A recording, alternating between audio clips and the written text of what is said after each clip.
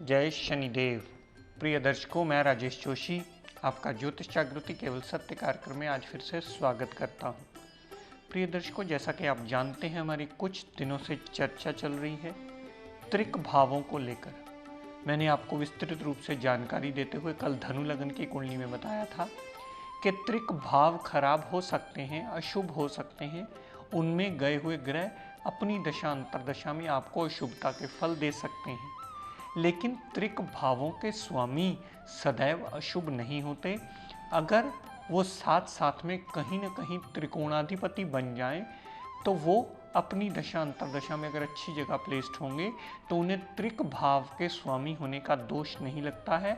फिर वो योग कारकता की पदवी ले लेते हैं और अपनी दशा अंतरदशा में अच्छा फल देने में सक्षम अवश्य होते हैं। कल तक मैंने जानकारी दी प्रिय दर्शकों धनु लगन की कुंडली के बारे में। आज अपनी इसी श्रृंखला को आगे कंटिन्यू करता हुआ बात करते हैं मकर लगन की कुंडली। मकर लगन की यानी कैप्रिकॉर्न लगन की कुंडली। ये कैप्रिकॉर्न लगन की कुंडली इसलिए बनी क्योंकि लगन में ही 10 नंबर लिखा है। 10 नंबर कैप्रिकॉर्न राशि मानी जाती है, जिसके स्वामी ग्रह शनिदेव माने जाते हैं। शनिदेव इस कुंडली के पूरी कंट्रोलिंग पावर को संभालने वाले ग्रह। इस कुंडली के एक तरह से लग्नेश यानी लगन भाव के स्वामी लग्नेश माने जाते हैं। लग्नेश शनिदेव ने बुध देव को क्या दिया? लग्नेश शनिदेव ने बुध देव को छठे भाव का स्वामी बनाया। छठा भाव मैं आपको बहुत ज़्यादा दिनों से इसके बारे में डिटेल बार बार समझाता आया हूँ। अब आपको पक गया होगा इस बात का कि छठे भाव से हम रोग, ऋण, कर्जा, दुर्घटना, मुकदमा, court case, litigation, house of competition, आपका जॉब का घर माना जाता है।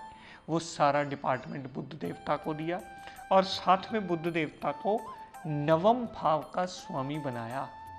नवम भाव आपका पिता, नवम भाव आपका भाग्य, नवम भाव आपकी विदेश धार्मिक यात्रा, नवम भाव आपका हायर टू हायर रिसर्च का भी माना जाता है। पिता भाग्य के साथ साथ ये बुध देवता त्रिकोणाधिपति हो गए, यानी त्रिकोण के स्वामी हो गए। और शनिदेव ने अपना न्याय करते हुए बुध देवता की मूल त्रिकोण राशि जो कि कन्या बनती है, वो कुंडली के मूल त्रिकोण भाव में दे दी, जिसकी वजह से बुध देवता को षष्ठेश होने का दोष नहीं लगता है। बुध देवता साथ में त्रिकोणाधिपति बन गए और बुध देवता त्रिकोणाधिपति होने की वजह से इस लगन कुंडली में अति योग कारक ग्रह बन गए हैं। अगर बुध देव कुंडली में अच्छे भाव में प्लेस्ड होंगे, अच्छी जगह प्लेस्ड होंगे, अच्छा डिग्री वाइज बलाबल लेकर के बैठे होंगे, तो अपनी दशा अंतरदशा में सदैव आपको शुभ फलकारी होते ही मिलेंगे और बुध देवता को छठे भाव का कोई दोष नहीं लगता है। बुध देव षष्ठेश के दोष से फारिग माने जाएंगे क्योंकि साथ में वो नवमेश भी हैं। तो प्रिय दर्शकों, ये बात विस्तार पूर्वक समझ लीजिए। लगन, पंचम और नवम कुंडली के त्रिकोण भावों को हमेशा दूसरी राशि के खराब होने का या त्रिक भाव से कनेक्शन होने का दोष नहीं लगता है। दर्शकों, बुध देव त्रिकोणाधिपति होने की वजह से अपनी दशा अंतरदशा में सदैव अच्छा फल देते मिलेंगे। दर्शकों, आगे बात करते हैं सूर्य देवता की। सूरज देवता जो कि इस लगन कुंडली के अष्टमेश माने जाते हैं, यानी अष्टम भाव के स्वामी। अष्टमेश होने की वजह से और सूरज देवता की शनिदेव से अति शत्रुता होने की वजह से ये सूरज देवता इस लगन कुंडली में अति मारक ग्रह माने जाते हैं, क्योंकि अष्टम भाव खराब है, दूसरी सबसे बड़ी बात कि लग्नेश के अति शत्रु हैं तो उन्हें अष्टमेश का पूर्णतः दोष लगता है। कभी भी किसी भी मकर लगन वाले जातक को सूरज की दशा अंतरदशा में जो नेगेटिव रिजल्ट मिल रहे हो उसका फारिग होने का सिर्फ एकमात्र रास्ता है, चाहे सूरज देव 6, 8, 12 में आकर के अपनी दशा अंतरदशा में विपरीत राजयोग बना करके अच्छा फल देने में ही सक्षम क्यों ना हो, लेकिन सूरज देवता का अष्टम लॉर्ड होना, अष्टमेश होना इस दशा अंतरदशा में सदैव जो कष्ट देगा, उसके लिए आप सूरज देवता का पाठ कर सकते हैं, सूरज देवता का रविवार का व्रत कर सकते हैं, सूरज देवता को आरती पूजन नमन हवन यज्ञ कर सकते हैं, सूरज देवता का आराधना करके उनका डेली नियम से ओम आदित्याय नमः का पाठ करके सूरज की दशा अंतरदशा में जो भी प्रॉब्लम आए आपको उससे बचने का रास्ता सूरज की आराधना से आप कर सकते हैं। तो प्रिय दर्शकों, साथ में ये बात अवश्य याद रखिए जो मैं बहुत पहले से आपको जानकारी में बताता आया हूँ कि अगर आपका सूरज देवता बिगड़ा है तो केवल और केवल उपाय की पद्धति में जाने से ही सूरज देव शांत नहीं होंगे।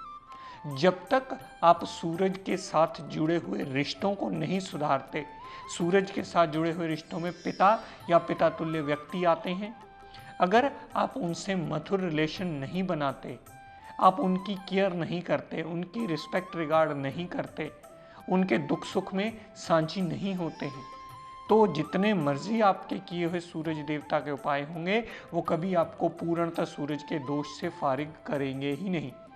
आपको इन रिश्तों की रिस्पेक्ट रिगार्ड साथ में करनी होगी। पिता या पिता तुल्य व्यक्तियों का आशीर्वाद डेली बिना नागा लेना होगा। वैसे तो हर एक को लेना चाहिए, लेकिन अगर सूरज बिगड़ा हुआ हो तो कंपलसरी है कि आप पिता या पिता तुल्य व्यक्तियों का आशीर्वाद लें, ताकि वो एक रक्षा कवच के समान काम करे और आपका सूरज का पाप प्रभाव कम होकर आपका जीवन जीने लायक बने। हम बहुत सारे केसेस में देखते हैं कि उपाय पर जोर देते रहते हैं, कभी रिलेशन को सुधारने की कोशिश नहीं करते। ये हमारी सबसे बड़ी भूल है। अगर इसे साथ में लेकर चलेंगे तो आप देखेंगे कि उपाय आपको बहुत ज़्यादा फलकारी होंगे। दर्शकों, आगे बात करते हैं शनिदेव ने बृहस्पति देव को क्या दिया। शनिदेव ने बृहस्पति देव को तीसरे भाव का स्वामी बनाया। तीसरा भाव छोटे भाई बहन का, पराक्रम का, मेहनत का, हार्डवर्क का, आपके बाहुबल का। तीसरा भाव छोटी मोटी यात्राओं का, और साथ में बृहस्पति देव को 12वां भाव दिया। 12वां भाव विदेश यात्रा, विदेश सेटलमेंट। 12वां भाव अस्पताल का खर्चा, जेल यात्रा। 12वां भाव फजूल का व्यय। इन सब चीज़ों का डिपार्टमेंट बृहस्पति देव को दिया। तो बृहस्पति देवता इस लगन कुंडली में तृतीयेश बने और द्वादशेश बने, यानी तीसरे भाव के स्वामी बने और 12वें भाव के स्वामी बने। तो इस लगन कुंडली में बृहस्पति देवता एक अति मारक ग्रह बने। और जब भी बृहस्पति देवता की दशा अंतरदशा चलेगी और किसी ने आपको कुंडली देखकर कह दिया बृहस्पति की दशा अंतरा तो बहुत अच्छी होगी, तो समझ लीजिएगा अभी बेसिक पढ़ने में ही बहुत बड़ी भूल है। फिर हमने लगन को पहचाना ही नहीं। इस लगन कुंडली में बृहस्पति देवता 6, 8, 12 में अगर आकर विपरीत राजयोग की स्थिति बनाएंगे तभी अच्छा फल देंगे, अन्यथा बृहस्पति देवता कभी भी अपनी दशा अंतरदशा में आपको शुभ फलकारी नहीं होंगे, वो सदैव कष्ट देते मिलेंगे। इस लगन कुंडली में सूरज के भांति बृहस्पति देवता भी एक अति मारक ग्रह माने जाते हैं और अपनी दशा अंतरदशा में अपना मार्कित्व दिखाएंगे। और आपको साथ में अगर बृहस्पति देव प्रॉब्लम दे रहे हों और आप इस प्रॉब्लम से बचने के लिए गलती से भी पुखराज धारण न करें, क्योंकि बहुत सारे लोगों की ये गलतफहमी रहती है जो ग्रह प्रॉब्लम दे रहा है उसका रतन धारण कर लिए। मेरे भाई, रतन धारण करने की ये विधि नहीं है। रतन लगन कुंडली को देखकर, लग्नेश को देखकर पहना जाता है, ना कि दशा अंतरदशा को देखकर पहना जाता है। दशा अंतरदशा प्रॉब्लम दे तो आप रतन धारण करें, ये विधि शास्त्र सम्मत नहीं है। राहु की दशा चले तो गोमेद पहन लो, बृहस्पति की दशा चले तो पुखराज पहन लो, शनिदेव की दशा चले तो नीलम पहन लो, ये विद्या के नियम में नहीं आता। ये बिल्कुल गलत पद्धति है प्रिय दर्शकों। यहाँ अगर आपको बृहस्पति की दशा अंतर्दशा कष्टकारी हो रही है तो आप अपने गुरुजनों का मान सम्मान कीजिए, गुरुजनों की भक्ति कीजिए। गुरुजनों के आशीर्वाद से आप अपने बृहस्पति देवता के नेगेटिव रिजल्ट्स को कम कर सकते हैं। केले के वृक्ष को जल दीजिए, बृहस्पतिवार का व्रत कर सकते हैं, बृहस्पतिवार की आरती पूजन कर सकते हैं।